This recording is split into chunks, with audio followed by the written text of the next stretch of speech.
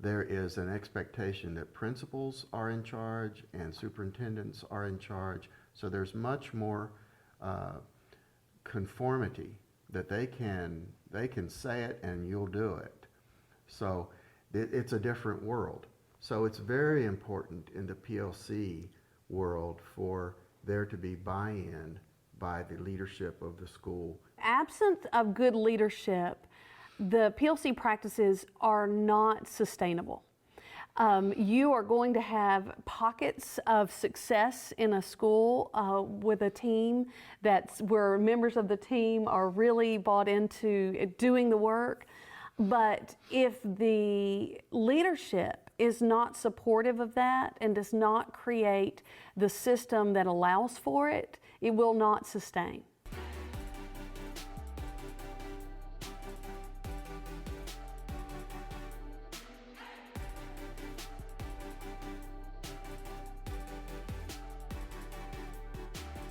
What if you turn hardship into greatness, anger into serenity?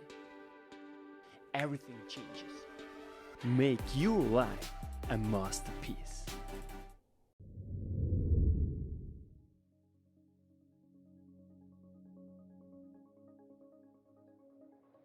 Welcome, I'm Yannick, your host, and now joining me, Heather, Dillard, and Terry Goodin to discuss a mindset for success. Have you ever wondered what's a mindset of success? Why a mindset of success is critical in order to strive? And lastly, how to develop a mindset for success. Welcome, Heather, Dillard, and Terry Goodin to the show. It's such a pleasure for finally having you to discuss your beautifully written book, Mindset for Success, published by Solution 3. Welcome, such a pleasure. Thank you so much. It's a pleasure to be with you. To start, let's introduce yourself in one powerful sentence. Oh, that's a hard one. It is. You want to go first? Sure. I'll go first. I think of myself as a people-centered person who attempts to support the learning of others and model the learning myself. Is that good enough? I think that's a good answer. Fantastic. That sounds like you. So I think of myself as a professional learner, having never reached the point of learning everything, but always trying to learn more and wanting to do that with others, not wanting to do it in isolation, but wanting to learn together. So to lay a little bit the groundwork and that our listeners really understand who you are and how you actually got together to write this book, let's start with your life and your growing up. How was it? And were there any indicators that you ultimately will pursue the path of education and then ultimately becoming an author? I can go first this time. Okay. So I will say that becoming an author was never in my thoughts as a little girl, but being a teacher was. And from a very little girl, I would play school in my grandmother's basement. And she had this little bench, a little child-sized bench, which I later learned was her father's bench when he was in a one-room schoolhouse. It came out of that schoolhouse. And I would get my cousins there and line them up, and I would be their teacher. And if they weren't there, I'd get my stuffed animals and my dolls, and I would be their teacher. And so I always wanted to be a teacher and intended to stay in the K-12 classroom my whole career. But as I'd been there a while, I started receiving student teachers who would come to my class for me to help them learn how to become teachers. And I loved that opportunity. And so from there, I decided to finish my doctoral studies for that purpose, to work with student teachers. And that led me to Middle Tennessee State University, where I met Terry. And in my doctoral studies, I had studied professional learning communities a lot, exclusively almost. And I tried to develop what I had learned there in the collaborative team that we were working on. Even though that wasn't a big part of higher education, it's just how I did work. And the work that he did in problem-based learning just fit together so nicely that we became a really good team. And years later, this book kind of grew out of that. Yes, so we've been working together since 2013, I guess. 12 years. So we are kind of the example of how to do professional learning communities at the higher education level, if you think about it. It's fairly common at the K-12 level, but not at higher ed, and Heather introduced me to that. My background, going back to when I was a kid, was not to be a teacher, although I'm the son of a teacher and a librarian who also was a school administrator at one point in her life. And so I saw my mother and what she did to become a teacher and what she did in the field of education, and didn't realize that it was sticking with me as well. But my interest was in anything and everything adventurous when I was a kid.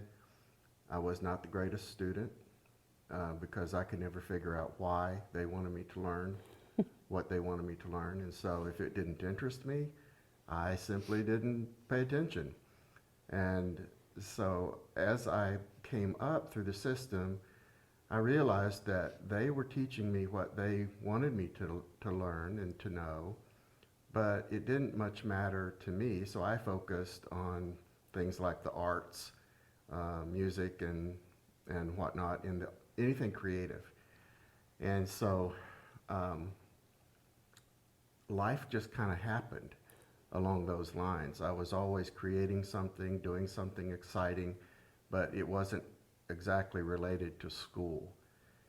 And it wasn't until I I dropped out of college, went to work, and then I got the opportunity to start thinking about education again, and went back to school after 17 years, finished my undergraduate, master's, and doctorate all in a line, because suddenly I realized that what I wanted to do was to do something to change education. Because I felt like there were a lot of kids out there who were like I was, who didn't know why they were learning what they were. And so I wanted to affect that. I wanted to influence that. And when I got to Vanderbilt University, where I did my doctoral work, I was introduced to this thing called problem-based learning, and the light went on. So I realized that using problem-based learning, I could answer that question of why. Why am I learning this? It is to apply it to some real-life situation that mattered to me. So suddenly, math mattered because I wanted to fly an airplane. The sciences mattered because I wanted to be a scuba diver. So anything that I was doing that was exciting and recreational and adventurous, I suddenly realized that there was a connection with schooling that I could make. And so I decided to pursue problem-based learning and learning sciences in general. So I did that and found my way into higher education, teaching about problem-based learning and teaching people how their brain worked and how their minds worked for learning, and getting it to a real down-to-earth perspective on how to use education in everyday life. So then when I met Heather, and she introduced me to this idea of the professional learning community, I realized that I had another dimension here that I could offer, which was a deep problem-based way of looking at life and doing it in a collective group where we could work not only wisely on our own, but wisely in a group of people to accomplish institutional change. So that's the exciting thing that brought us together. And the book, of course. Before we dive specifically, into the specifics of the book, let's just unpack a little bit PLCs. And I'm curious, what are some of the big roadblocks that you face when you really introduce that in higher education? In higher education, professional learning communities can be problematic for a few reasons. And one of those reasons is because a lot of professors work in silos. They don't work with other people, and so they don't have to collaborate. And because they don't have to, it's not part of their workload.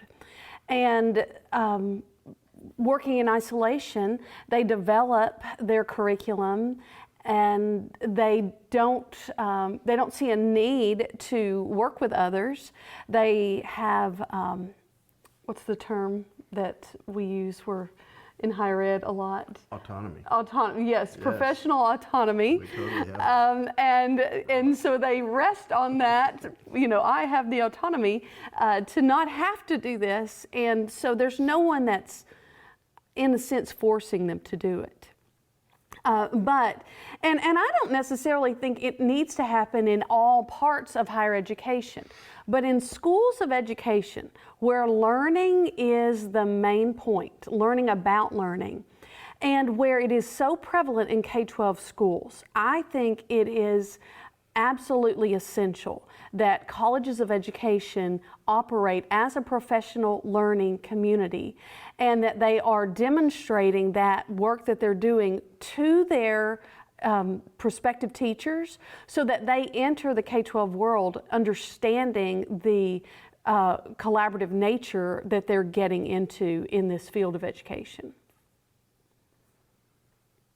And I think, too, to add to that, in higher education, Heather mentioned the role of autonomy. We can be terribly independent, to put it politely. But what it takes is for there to be people in a situation where they recognize the worth of each other, and they understand that as a professor, I don't know everything. And so the more that you realize that you don't know everything, the more you begin to value your colleagues around you, and the more important it becomes to work together to solve a common problem. Mm-hmm. And anytime you have that need for a common problem to be solved, it's a place for a professional learning community to thrive. And so professional learning communities can exist and should exist in other departments like music or history or liberal arts, whatever, where you have a common problem. We want to create students who are excellent at whatever that is. And so that is our problem, and together we can solve it easier than we can solve it by ourselves. So that kind of respect for one another, valuing one another as individuals, and that sense of collegiality that comes from that is very important. And PLC concepts emerge from that. PLC is not exclusive to education. In fact, it began as learning organizations with the work of Peter Senge. And that goes back to the business world. So there's a root in learning organizations that is quite diffuse. Mm-hmm. Would you agree that collaboration is also a skill that has to be learned, developed, and it takes a lot of resilience and energy to work and collaborate with different people. I think we have to underline, but it's probably one of the most important skills, especially for the future, but right now. It absolutely is true. And in our book, there's a chapter that's just on that one notion, that collaborative skills have to be learned, and you learn by doing, right? You can't just read about collaboration, you have to do it.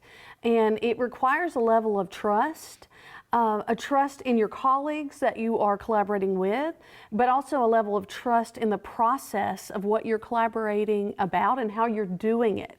And that's a big part of what we tried to write about. There's so much literature about the professional learning communities at work model. And we weren't trying to change the model. We were trying to give a method that allowed people to think about what they're thinking while they were doing the work. And that's what the beauty of problem-based learning does. It causes you to stop and really think about your thinking and to categorize your thinking into things that you actually know versus things you think you know. And then there's things that you need to know.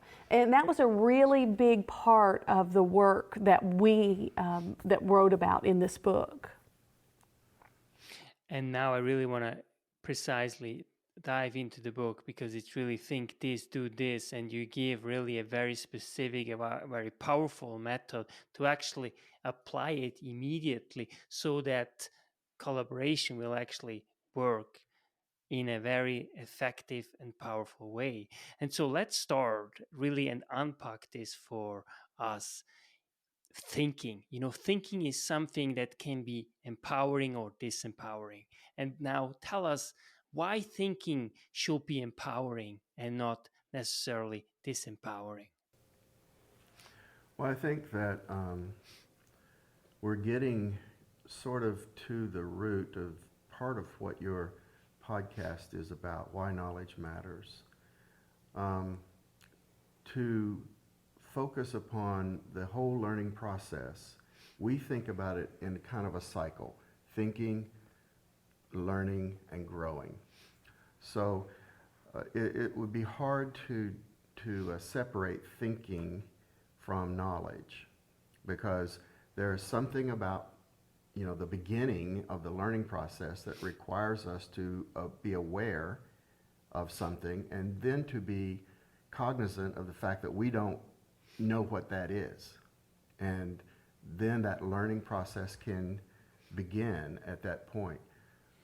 We focus a lot in the field of education on thinking about thinking, which is, a fancy word for that is metacognition. And there's a lot of research that's done on metacognition. The idea of thinking about your own thinking, which is reflecting upon what's happening as you are learning. How am I learning that? I'm learning it, but how am I learning it? Am I committing that to short-term memory, to long-term memory? Am I using music to make myself remember something? Am I using mnemonics? Am I connecting one thing with something that I already know, which is kind of a scaffolding approach? So you think about the different processes that are involved in helping your brain to learn better. And so it begins with that. That's the root of it.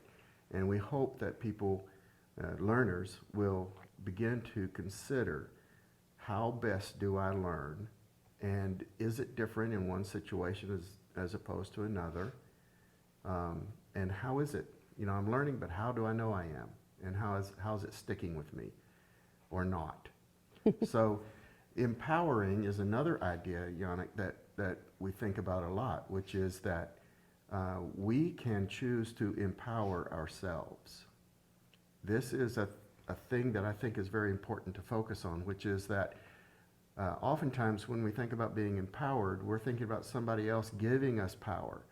I am empowering you to do so-and-so. You have the power, I give it to you. Whereas in this model that we're thinking about, it is that I am giving myself power. I am claiming the power that is within my mind and within my brain that I can have. No one has to give it to me and no one can take it from me.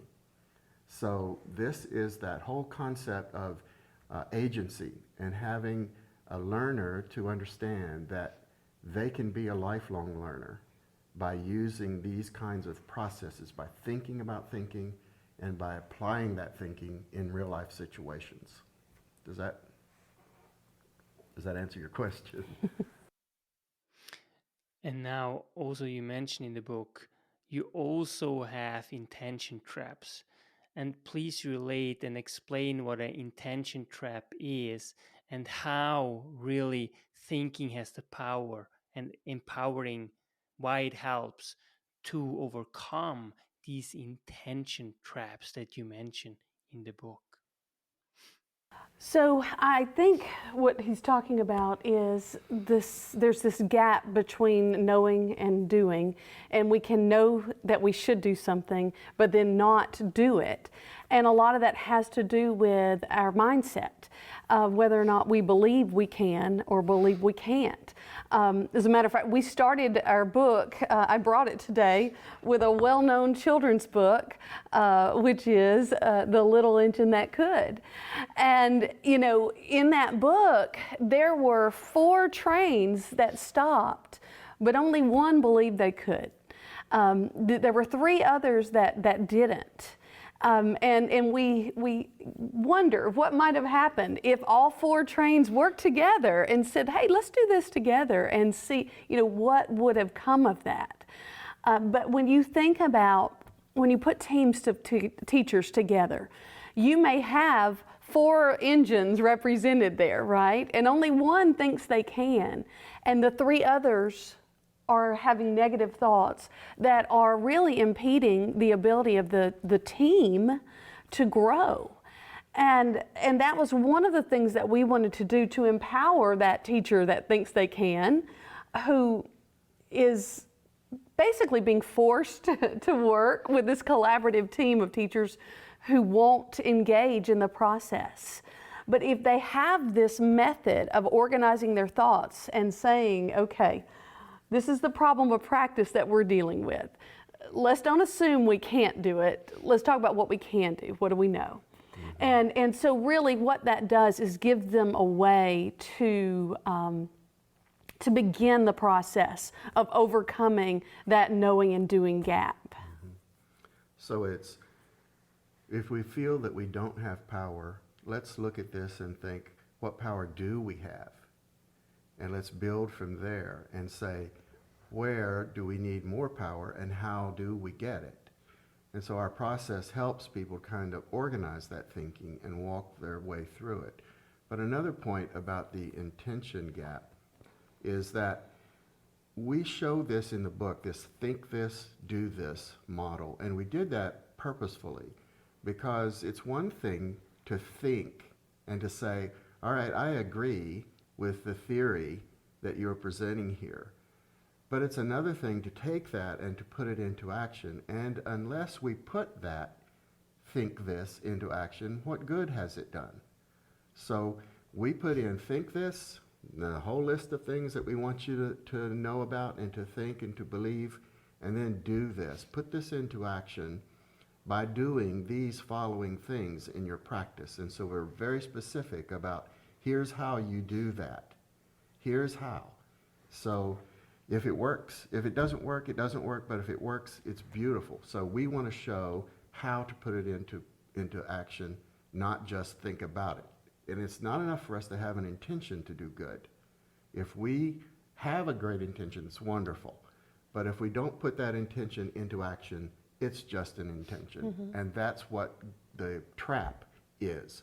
Well, I meant well, but you didn't do well. So you have to think well, mean well, and do well. So that's that intention trap that we're talking about. And I would add, one of the great things about Solution Tree as a publishing company is they produce reproducibles for every one of their books, so that even if you don't purchase the book, you can go to their website and download for free those reproducibles. So for every think this, do this in the book, there is a reproducible that goes along with that that you can download at the website. And you can still buy the book. Yes, you can. And now, just quickly for the listeners, so if you really want to empower yourself, you want to make sure that you have a mindset for success, go now on solutiontree.com and buy a copy of Dr. Goodin and Dr. Dillard's book now. So just come back quickly what you have said, because this is something I think it's so crucial, because what you're really making the case, and that's why the book is so powerful, is that you have to also first and foremost empower yourself in your thinking. So in other words, your thinking affects whatever you do. So if you have a positive thought, it's much more likely that you take action. Whereas if you have a negative thought, you will just basically stay in your mind. And as you said, you stay just there with your intention and nothing happens. And I think most people, and actually also I'm curious what you think about that, but I think most people in this world have wonderful intentions, but most of us don't really act on these. How come? We think about that a lot. You know, we go to conferences as university professors. We're always going to conferences. And here's the thing we notice is that people go to a conference, they hear a new idea, they get all excited and pumped up, and they're ready to do it. They go back to the world where they live, and life takes over, and they just don't get to it. So it's a kind of a cycle of fire. You know, that you light a fire and then it goes out. You go back to a conference, you light the fire, and then it goes out. So what we're talking about doing is having a way to light the fire and bank it, keep it going. And when you get home, stoke it up, and it'll come up again, it'll flame up, and you can begin to work on things. And we show you how to do that by creating these teams of professional learners that Heather talks about so well. So this is the way that we've observed it happening in the world. Get excited and then forget about it. Get excited and then forget about it. And what we want to do is get excited and then maintain a level, given the tools to do so, maintain a level of interest over time and put it into motion. And then when you go back to the conference, you can get excited at another level. You can go deeper, you can go higher, you can learn more, and then that begins to feed itself. So it's a virtuous cycle as opposed to this negativity that can find its way into your life if you don't. How has changed writing this book together your own practice and your own approach to education? Well, for me, I was greatly privileged when I met Heather and she introduced me to the concept of professional learning communities. It changed my life because I knew something about how to learn and I was always excited to talk about it, but I didn't think about it in terms of organizational learning or team-based learning. And we had a team that we were trying to put together, a group of colleagues of ours. And Heather brought this to the table, and I said, you've got to do this. You've got to put this in our team. And it was, as I say, life-changing, for not only for me, but for the whole team. Well, and at that time, we were a new team. 3 of the 4 had been just hired for this newly created position in our college, and Terry was our team leader. And so we were all trying to learn about each other and this new process that was being created. So it was a good time to do this because we were just starting something new. And one of the other colleagues, we came straight from the K-12 world. So I pretty much just came with what I was doing, you know, as a 7th grade teacher. But it was really amazing to me because PBL was new to me. I was very uncomfortable with it at first, to be perfectly honest.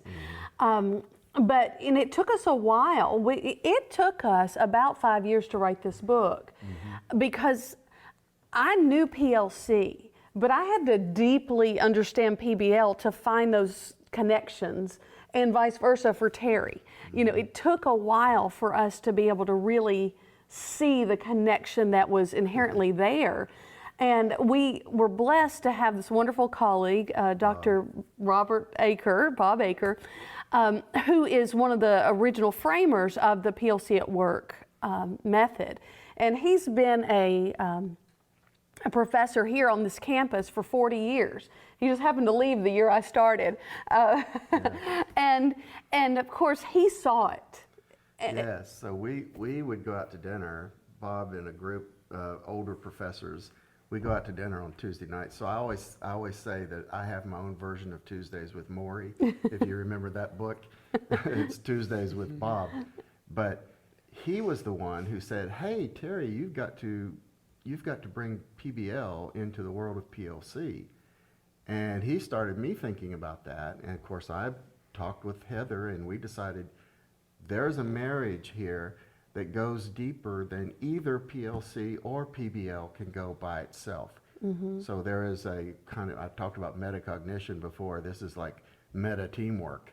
You know, it just goes deeper and deeper and deeper to where we eventually came up with this notion that if we included PBL thinking in the regular process of PLC, then it would improve the functionality of those professional learning communities, and at the same time it would improve the thinking of the team members. And this developed into PBL becoming more than just a way of teaching and more than just a way of learning, but more of a way of thinking. So as you practice PBL in the groups or in your classroom, you become more used to the concept of PBL and how it works, and you begin to use PBL in your daily life. And then that's the power of what we call the PBL mindset. And that became the kernel of truth that this whole book was built upon. And I could add, because the original question that started this conversation was, how has this changed our lives? What he just said is something that I'm seeing in practice. I spend a lot of time working with schools. I do a lot of consulting work, and I love that opportunity to grow and learn with these individual schools. And I use this method of helping them with their problem of practice. And I see it in the principals and the leadership team that I'll work with in these different schools, that no longer are they just throwing darts at a dartboard and, well, let's just try this, well, let's try this. It causes them to really focus in and not have solutionitis, but to really dig deep, figure out what is the root cause of the problem, and then they know where to address their efforts. And I see that with so many different leaders, and they say that it's really affected their ability to do their job and empowered them. It's improved their self-efficacy and the collective efficacy of the school, which, according to Hattie's work, is the #1 factor that affects student learning. And it's powerful. Just one last thing. One of the things that we notice is that our relationship to each other and to our team members is deeper, much deeper than it would normally be amongst a group of colleagues. There's a trust that develops because we use PLC, because we are professional learners, that we have to depend upon each other interdependently. We have to work together. We cannot do this alone. And we've learned that, and it makes our relationships to each other much deeper, much more trusting, and much more effective as a result. Yeah, I think this is so important because I observe that firsthand, that the faculties, whether in education or other faculties, they're so political.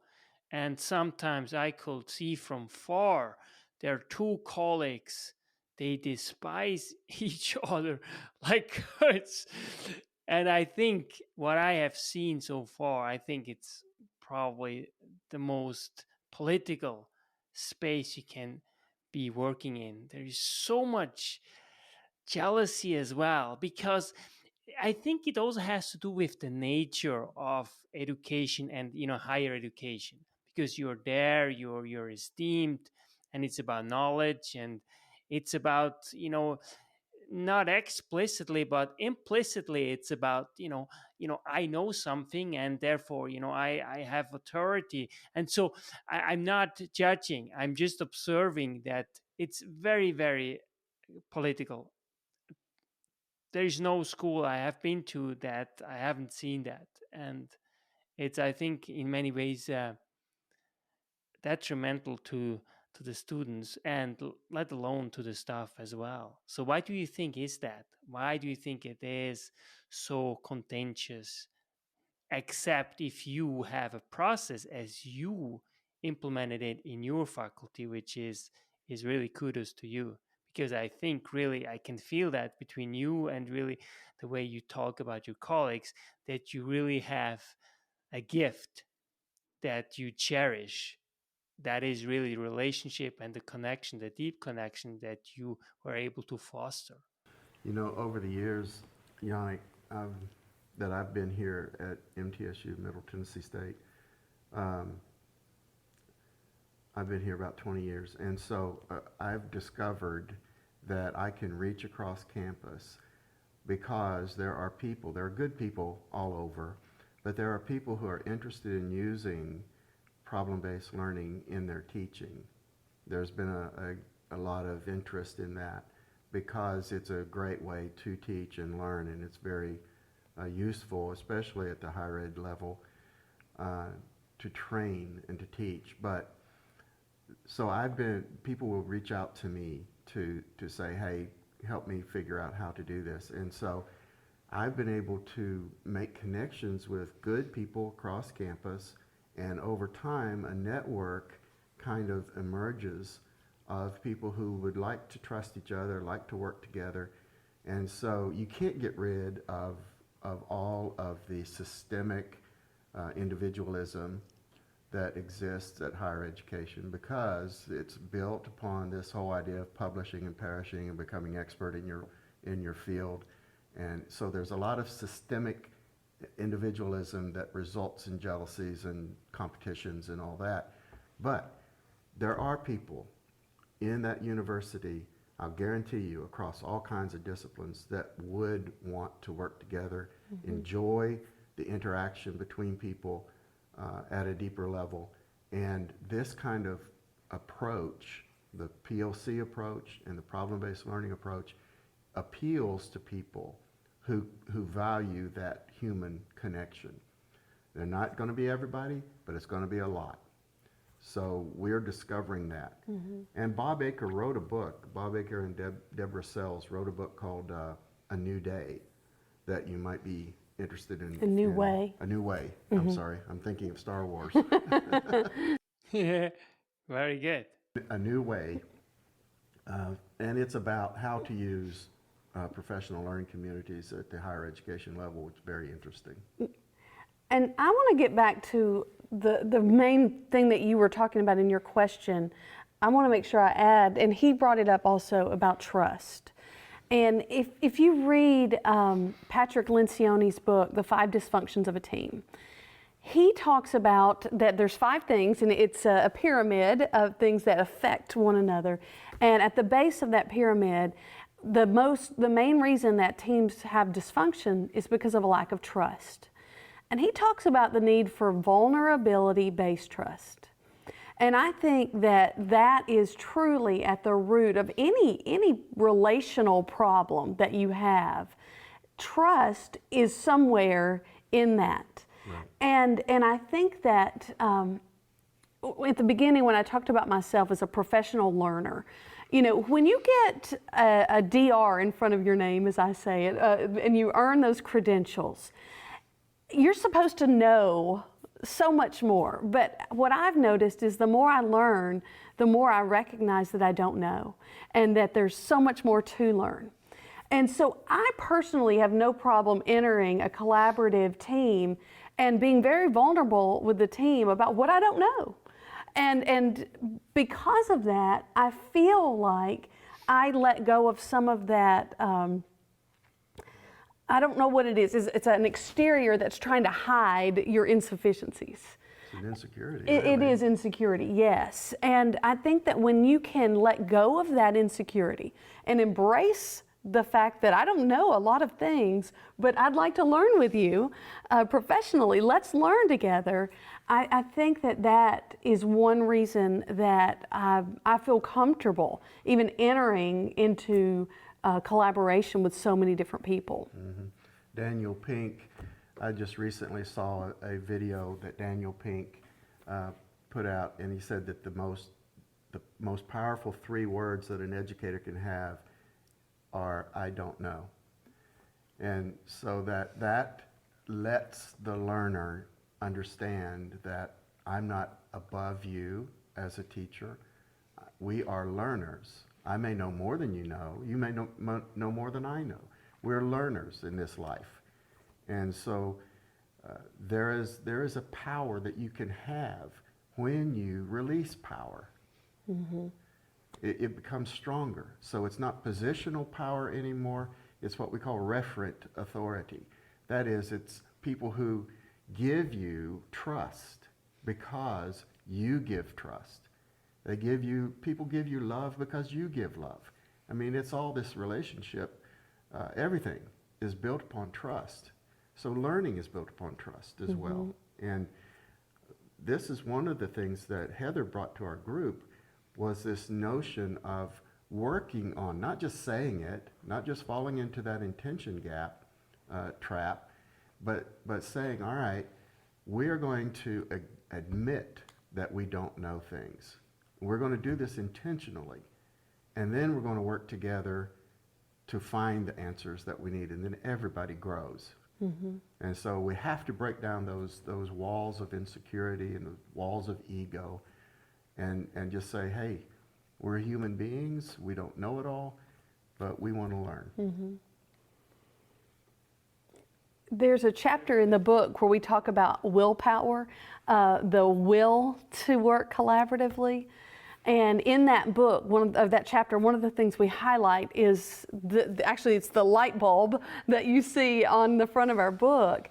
And it was about coming to the PLC light, L-I-G-H-T. And that acronym stands for the fact that we listen to learn. That's the I. And then we integrate the learning of others into our own understanding. And by doing that, the G is we grow. We grow professionally. We grow as a team. And then the H and the T work together, and that is where you honor and you trust the process that you're going through, and you honor and trust the people that you're going through the process with. And so that's a really big part of growing your skills to be able to collaborate. I can really attest to this, because the most fun when you are a teacher is when you actually collaborate with a colleague. It makes it so much fun because kids also have fun. And, my absolute favorite is Dr. Rashida Suleiman, because we always did projects together, interdisciplinary. And this was just something up to now, I truly cherish. And we all the time, we talk about our past, experiences. And that's really because it disseminates, right? It affects it. You instill this desire for learning, the desire of connection, relationship. And really, as you mentioned, it's all ultimately comes down to trust, right? And I think trust is so undervalued, because that's really the currency that keeps our societies together. So how do you foster trust? Okay. It's very simple. You do what you say you're going to do, right? And so when we collaborate, we are co-laboring, right? Let's look at the root of the word. It's about laboring together. And so when we say we're going to do something, we do it. And if we can't do it, either because we're not physically able or something happens to prevent us, we don't try to hide that. We're up front. Preferably, before we don't do it, we let them know, hey, I'm actually not going to be able to fulfill my commitment. And maybe I ask for help. That's part of that vulnerability-based trust. This is not about creating some activity where we're going to go, learn to trust each other out. Do ropes courses. It would be fun. I would be good with that. She wanted us to do an escape room, and I said I can't do that. I have claustrophobia. So we went bowling. But that's not how we built trust. That's how we had fun together, right, as a team. Yeah. The trust was built by laboring together. And through that process, we learned together. We learned about the work we were doing. We learned about each other. Mm-hmm. What are some of the best problem-based learning experiences that you face with a PLC? So let's just put the two concepts together, problem-based learning and really PLC. Do you want to? Well, I can start us. Yeah, you go ahead. And then you can take it over. We've done several. We've done a lot of imagining a problem. The way that we do it is that, there's a structure to creating a PBL unit. There are 8 elements to it, but think of it this way. Teaching is normally content-based, and you have to come to the content. With problem-based learning, it's problem-based, and you bring the content to the problem. So what we would do, the main thing that we did together was training new teachers. So we would look at the world around us, the world of teaching practice, and say, what are the problems that are out there? Let's just talk about the context. And we begin to list the kinds of things that we observe, and not say, well, the problem is this. The problem is test scores are too low. Okay, that's a problem, but as Heather mentioned earlier, that's not the problem. That's not the root cause. That's a symptom. That's an outcome. So we would look at the world around us and say, what are the symptoms that we see? And when we got that together, we would say, what problem does that manifest? How is that manifested? What is the root of that? And so then we would, once we had figured out what we wanted to address, then we would figure out a creative way of framing the problem so that our audience, our teacher candidates, would be interested in it and engaged in it. So there's a writing component, kind of a storytelling component. And all we're doing is telling the story of a real person. So, for example, there's a young, you want to do eyes in the mirror, or you want to talk No, you about go ahead. Charlie? You go ahead. So let's talk about one that we call Making Charlie Smile. So it is the story of a young girl she's 15 years old. She's coming in to school, and she's all engaged and happy, and suddenly she undergoes a change. We see this all the time in schools, that children are an enigma. We don't know what's going on in their life. And so we have to be able as teachers to know how to break the code, how to be able to look into a child's life and know what is happening and what is affecting their learning. What's making them shut down. Well, Charlie was shutting down. And so we wrote this story about Charlie with embedded information that our teacher candidates could look at and draw clues from and say, well, I think this, or I wonder this, and then they would go and research it and say, oh, I'm learning about ADHD, or I'm learning about dyslexia, or I'm learning about home abuse, or I'm learning about single parents. All the things that we wanted them to understand, we could build into a story. Charlie's not the only one, but we wanted their their minds to focus on how do you make Charlie engage in learning again. And this was particularly a powerful one because after our students graduated and were out there teaching, I would see that I saw a tweet from back when Twitter was tweeting. I saw a tweet from one of our students that said, I know you're not going to.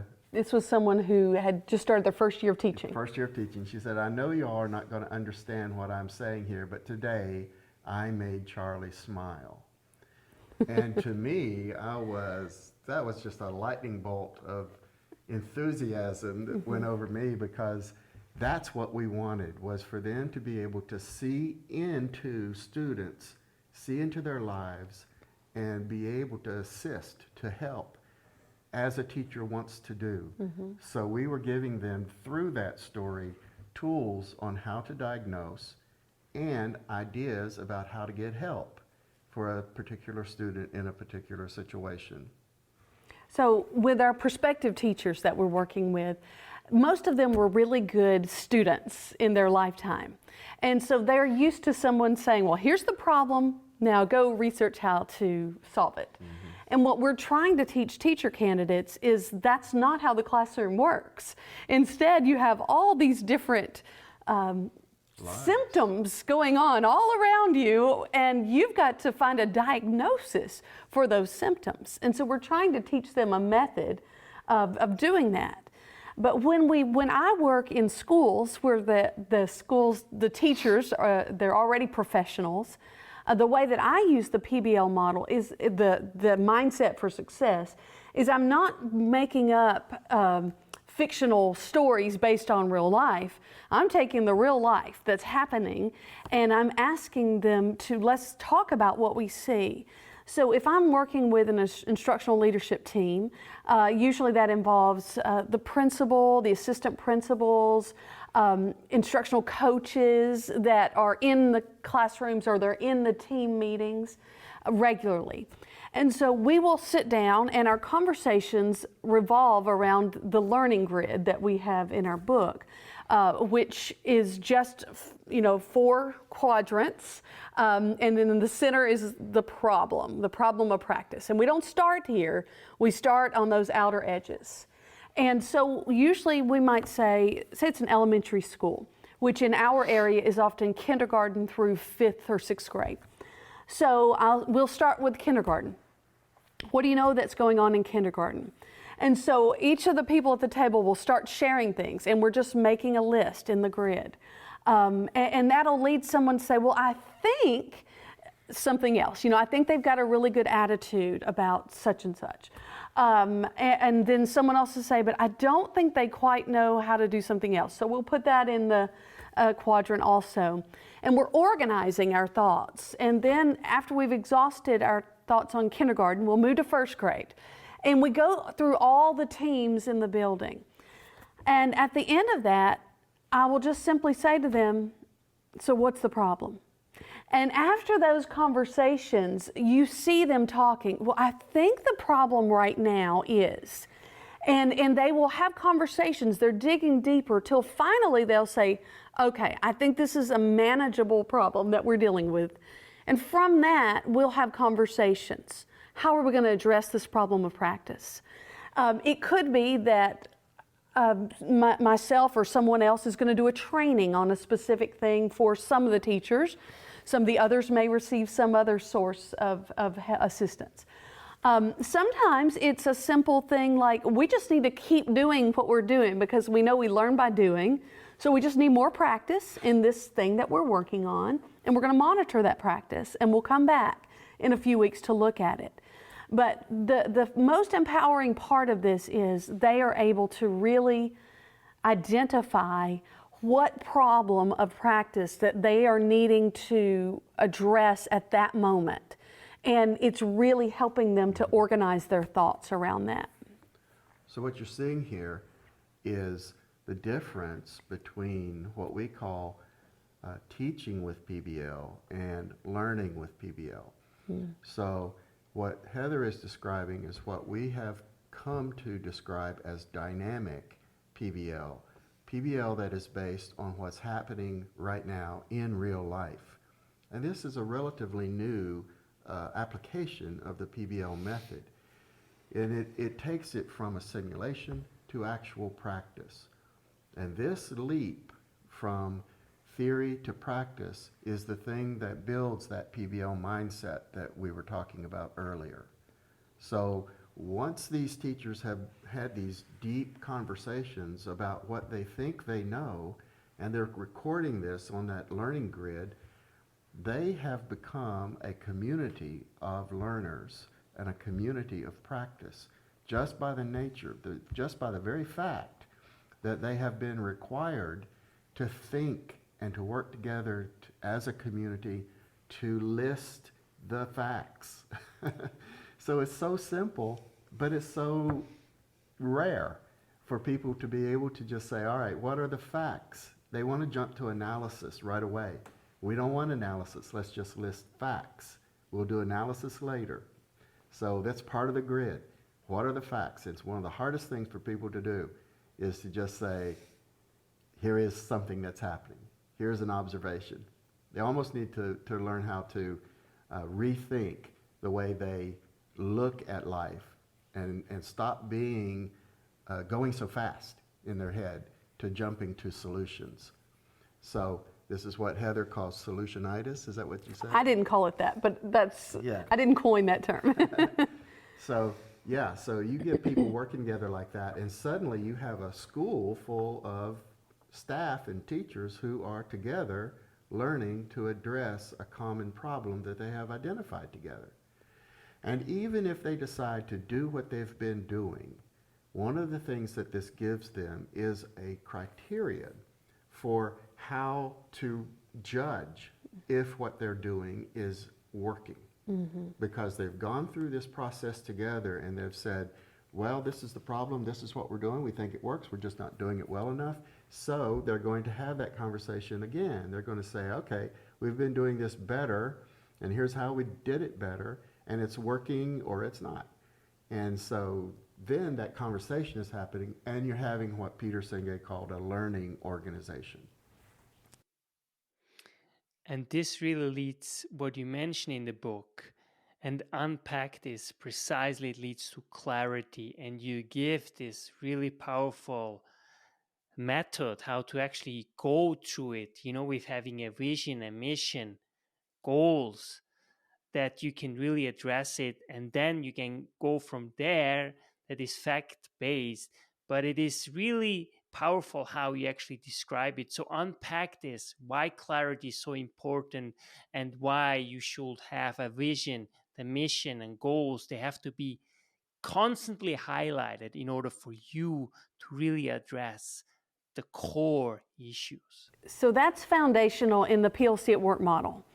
And when you talk about that model that was developed by Richard DeFore and Robert Aker in 1998 originally, and it has grown since then, they talk about these 4 pillars on which the PLC at Work model rests. And it began, they work together. They're not in conflict with one another. And so there's this mission that all students should learn, all of them. And so that's what the whole concept is built on, learning for all. And there's a vision that the school would have that is built towards alignment to that mission. And if that's what our vision is, then we have to learn to act a certain way, and that's where our values line up. And then from those values, we develop goals. And those goals are very specific. They use the SMART goal acronym that they didn't develop, but it comes out of the business world. And that we develop goals that we can measure. And we do measure them. It's not a goal for the year that at the end of the year we're going to do this. We might make those stretch goals, but we also make individual goals for the unit of study that we're on right now. And when we finish this unit of study, we measure the goals. Where are we on attaining that goal? And from that, we go to a next goal for our next unit of study. but it's very much oriented on focusing on the results, not on intentions. You know, we intend for everyone to learn, but did they? And so if they didn't, well, what are we going to do to ensure that that happens? So we're not hoping for success. We are doing the work to measure our success and then laboring towards creating the goals that we have set for ourselves. How do you respond to someone who says that you know, it simply doesn't work given the fact that we are not really a team, we don't have the culture, therefore it all sounds great, it all sounds fantastic, and you wrote a beautiful book, but eventually it's it's not implementable in our schools? Sure. Well, I think one of the first things that we've learned from Bob Aker is that there is a tremendous value to having leadership in the school from the top. Mm-hmm. So this is the big difference that we were talking about earlier about higher education and the autonomy that professors expect at higher education, and in the K-12 world, the pre-K-12 world, there is an expectation that principals are in charge and superintendents are in charge. So there's much more conformity that they can say it and you'll do it. So it's a different world. So it's very important in the PLC world for there to be buy-in by the leadership of the school and hopefully by the district, and you can talk about that. Right. Absent of good leadership, the PLC practices are not sustainable. You are going to have pockets of success in a school with a team where members of the team are really bought into doing the work. But if the leadership is not supportive of that and does not create the system that allows for it, it will not sustain. So when she says create the system that allows for it, what she's talking about is that the leader has to build in time within the school day for teachers to have to PLC together.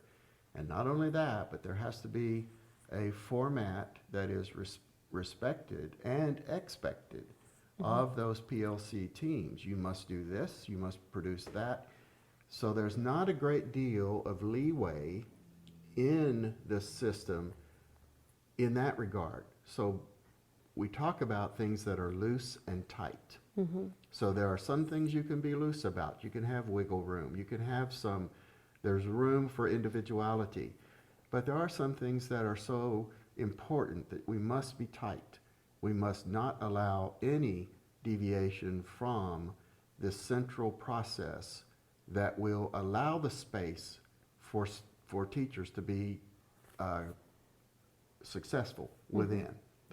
There have to be walls. It's really hard for me as a PBL person to envision walls, but there have to be some boundaries, some borders, some controls, and this is one thing I learned from this lady right here.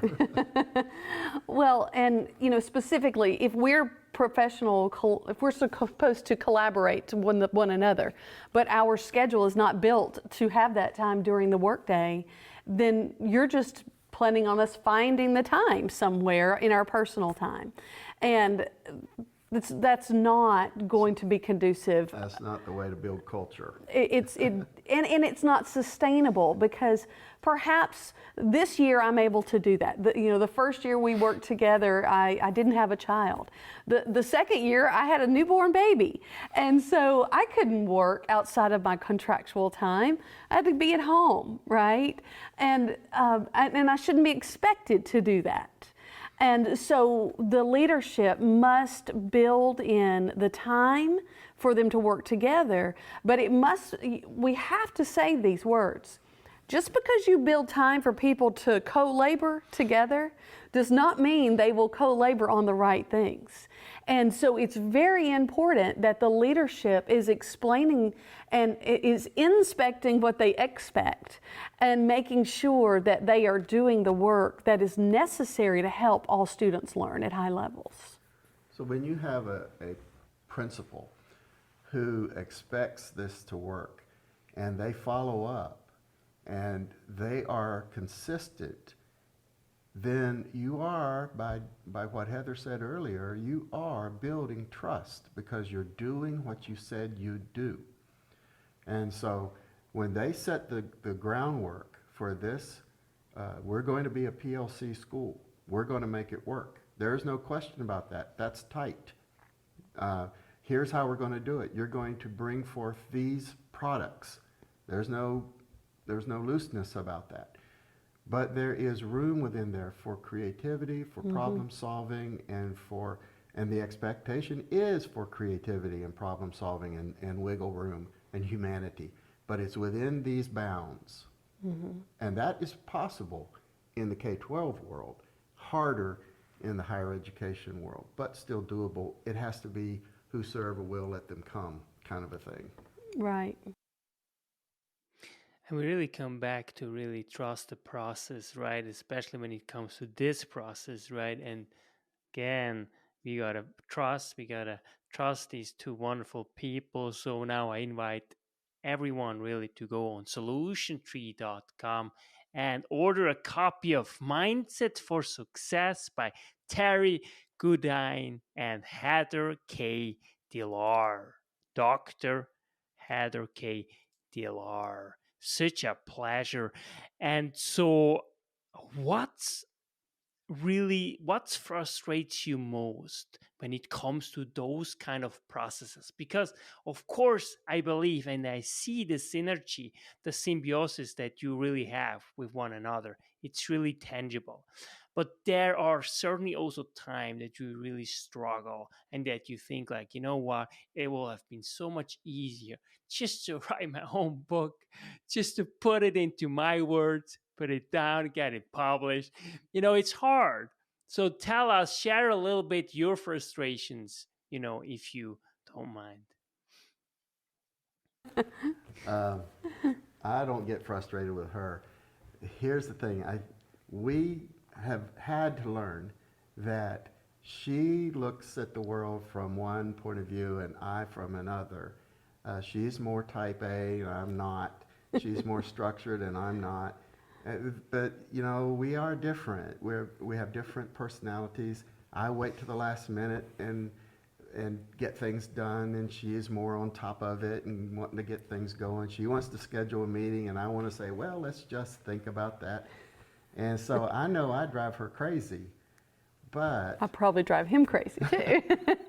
very rarely she drives me crazy. I think, oh, she wants another meeting.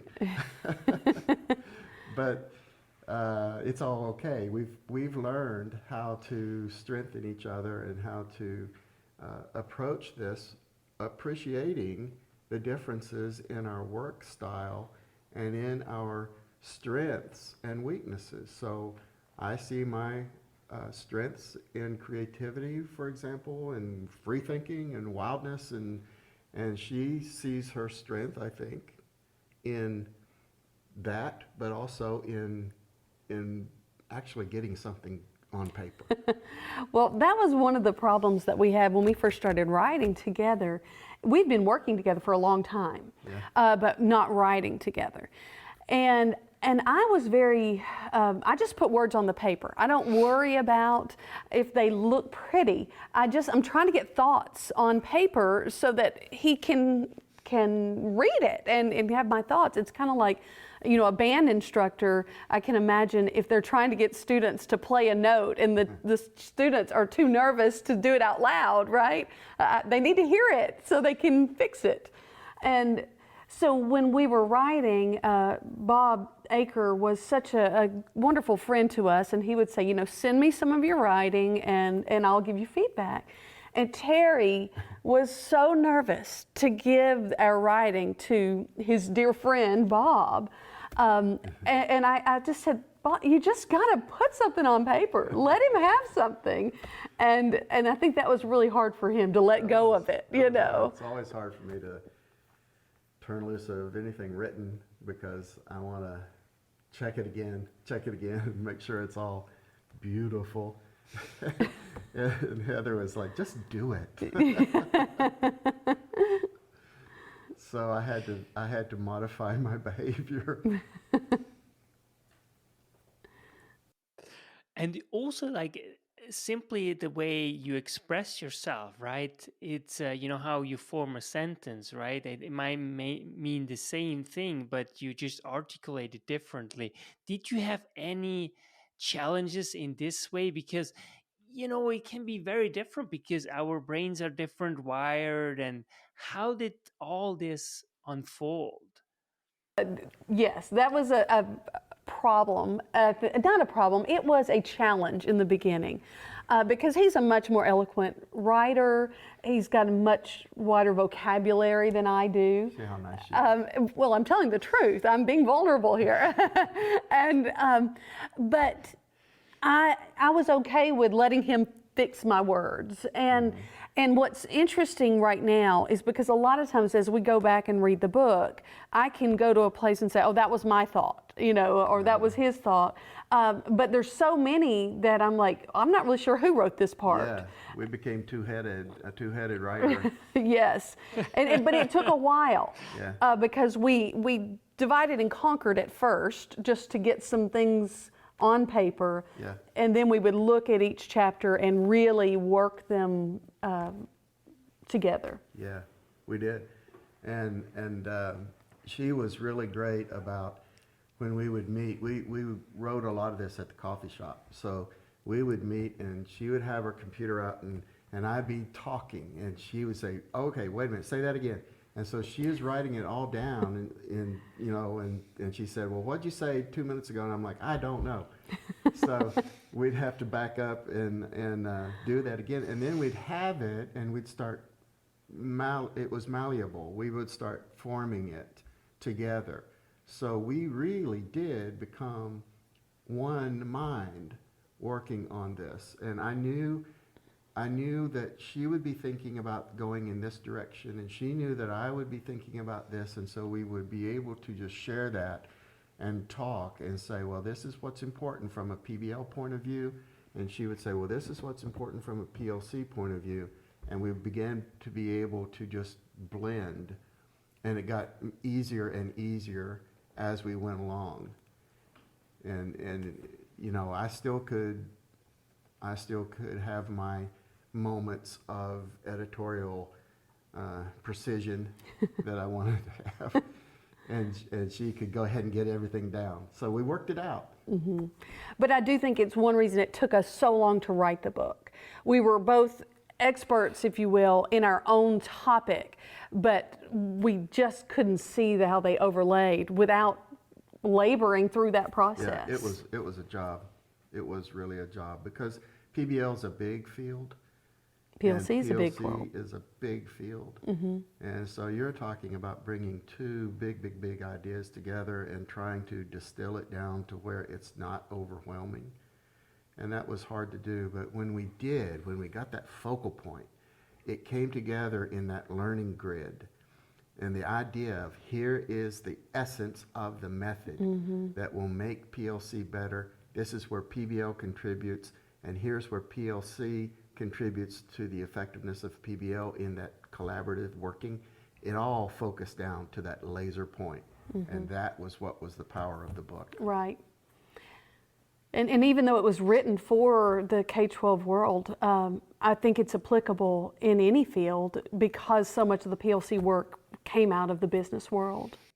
I fully agree. This is such a powerful, synthesized book that I really use every day, also in my teaching practice, because it really helps me so much to just get when it comes to worksheets and so on for my students, just to be so much more clearer, and also to make it more feasible also for my students, because oftentimes we just get somehow bogged down by details, and so it really narrows things down, and you can really produce in a way that I think has tremendously changed my practice, and those I think really my students learning. So this is a really powerful book. So therefore, I really invite everyone who is listening right now to go on solutiontree.com to buy a copy of Mindset for Success by Dr. Terry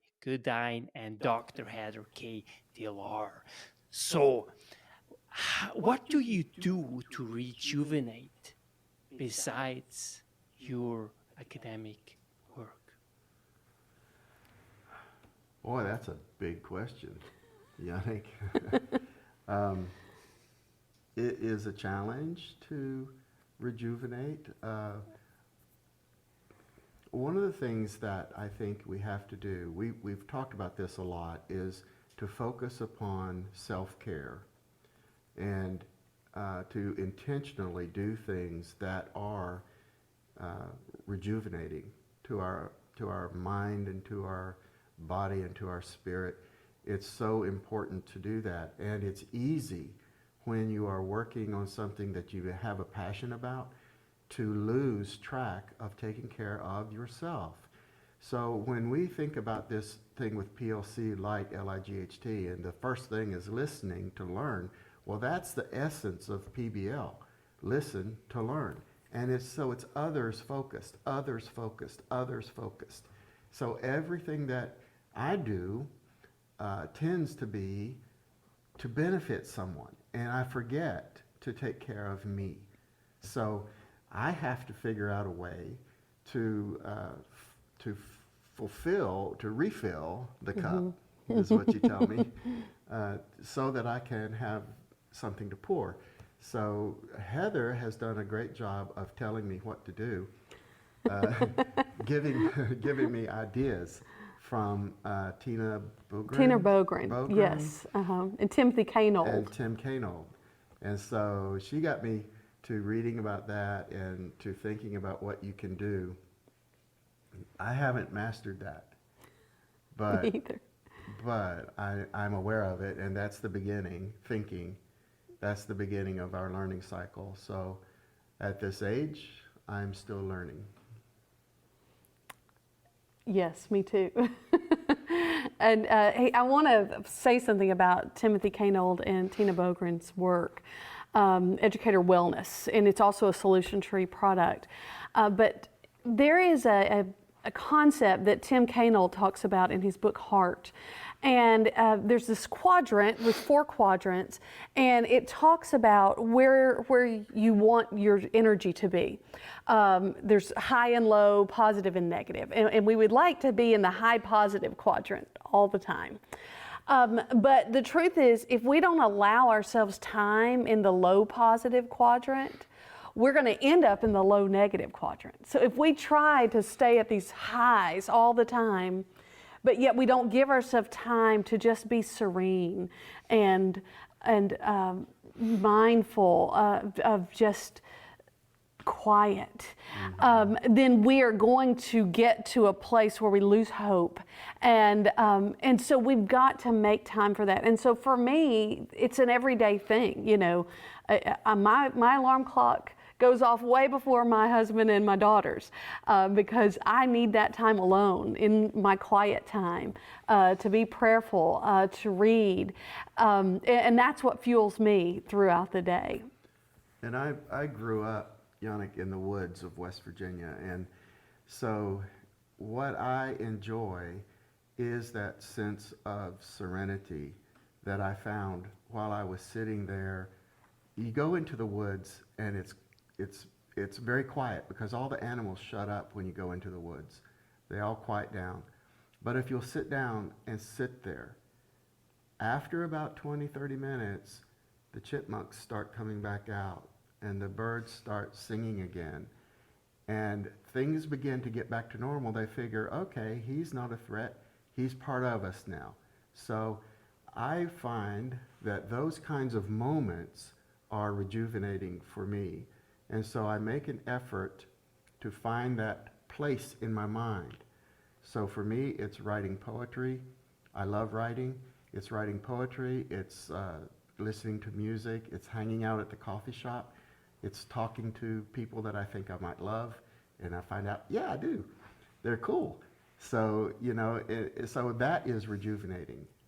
So being a kind of an introverted people person is the way that I find, a self-understanding.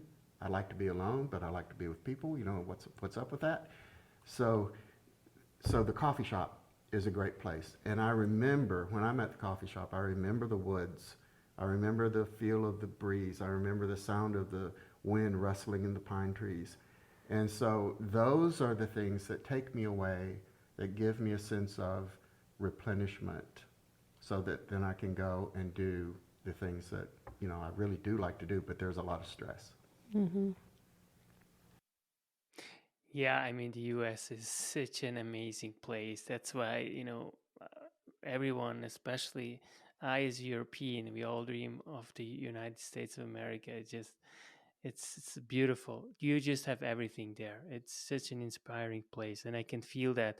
But what I also hear of you is really that you are on purpose. I think you don't really, what you do is really truly integrated of who you are. You do really, your work is really based on your values, based on your goals, your mission, and ultimately vision. Does this somehow sound familiar? Yes, absolutely. Mm-hmm. It would be hard to separate the two because we've come to a place where we're doing what we love to do. It gets stressful, but we do love doing it. So it's kind of feeding sort of a perpetual energy kind of a thing. Absolutely. How do you think people can find their true purpose and meaning in life as you have? Well, now that's a deep question. And there's a lot of different ways you could answer that question, right? Perhaps they could use the problem-based learning method. I was going to say that. It's, Heather asked me earlier today, when did you become a problem-based learning person? And I said when I was little. I think going back to our earliest times when we had this wonderful sense of appreciating the future, and to just imagine ourselves as children again, and the question becomes why. When my son was little, we'd ride down the road and he would be asking me thousands of why questions, and most of which I didn't know. Why is the sky blue? Well, I told him it's because it was nitrogen, but I'm wrong about that. I know that now. It's more complicated than that. But the point is, if we can go back to that time when we were asking why, I think that's where it all starts. And it is a PBL mindset that children have. They'll ask you questions that require you to be a physicist to answer. And what they're getting at is why. So if we can start there, no matter how old we are now, if we can revert to that simplistic view of the world, to look inside ourselves and to look at the world around us and just say, why? Why is it this way? And then allow time for your brain to work on it. And allow for that to happen, and then begin to think, how can I modify my world to feel more serene, to feel more at peace? What do I need to do? Where do I need to reach out? And what do I need to protect? And those are the things that I think we can do.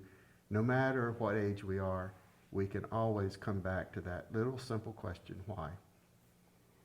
And it reminds me of something I heard an educator say once, and I don't even remember who said this, but it was really powerful. And she said, stop asking children, what do you want to be when you grow up? Instead, ask, what problems do you want to solve? And I love that concept. of us really thinking about, what problems do I want to play a role in helping find the solution for? And it's a great way to find your purpose, is where is my passion? What problems do I really feel that I can contribute to and have a desire to do that? When I work with doctoral candidates, and they're trying to determine what is their dissertation topic going to be, I tell them it needs to be something you care about knowing the answer to. Because if you don't care what the answer to your question is, you're going to lose interest in it. And it's going to be way more laborious than it has to be. But if you care about the problem you're trying to solve, then you won't mind doing the work that's required to finish that dissertation. Lastly, what makes you feel truly alive?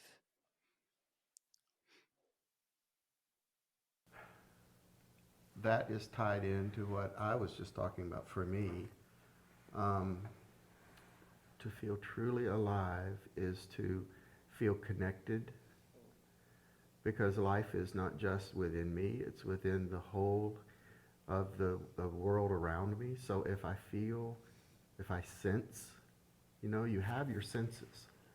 And if I'm thinking about what's going on right around me, then I feel connected to it. So for example, I said I like to write poetry. Well, I never wrote much haiku until just recently. And so I realized, somebody introduced me or could encourage me to do so. And so I realized when I was doing that I was having to distill my observations based upon my senses down to a 3 lines poem, with a certain number of syllables, 5, 7, 5. So I was doing that, and in doing it, I was listening, I was feeling, I was seeing, I was tasting, I was touching. It was the world around me, the life around me, that made me feel alive. And as long as I feel that, I'm good. And my answer would be this. When I was a young girl, there was a song that I remember hearing sang, and the words stated, if I can help somebody as I go along, then my living shall not be in vain. And that song, I haven't heard it probably in 20, 30 years, but I've never forgotten it. And I truly believe that if what I'm doing is helping someone, then my purpose is being fulfilled. That I'm not here on this earth to fulfill for myself. It's not about me. It's about others. And that's why I'm here. And as long as I have breath, it's to help someone in some way. And that's what causes me to feel like that I can rest at night. Dr. Goodin and Dr. Dillard, thank you so much for being a gift for myself and really to the world. Thank you so much. Thank you, Yannick. This has been a lot of fun. Dr. Goodin and Dr. Dillard. That's why knowledge matters.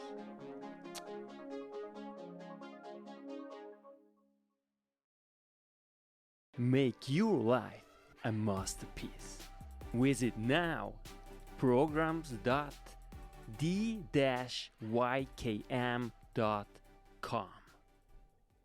Meant to make you grow.